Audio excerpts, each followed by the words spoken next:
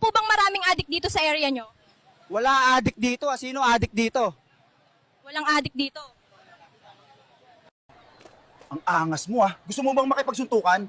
Alam mo bang, mas gusto ko pang makipagsuntukan kaysa mag-almusal. Sabi ka naman mo, Xavier, ano to? Lion order mo tapos ipapadaan mo sa EDSA? Di ka ba karmahin yan?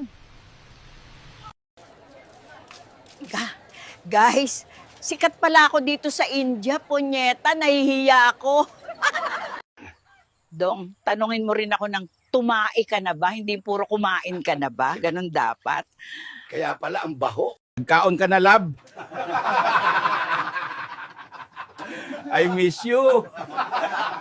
Muah. No, mayroon po ba kayong kasabihan? Mas mabuti pang maplat ang gulong kaysa maplat ang ilong.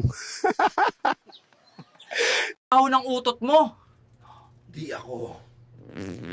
Di naman, Mare, zombie ka na, baliwala na yung utang ko sa'yo. Anong wala na? Hoy, yung utang mo, bayaran mo.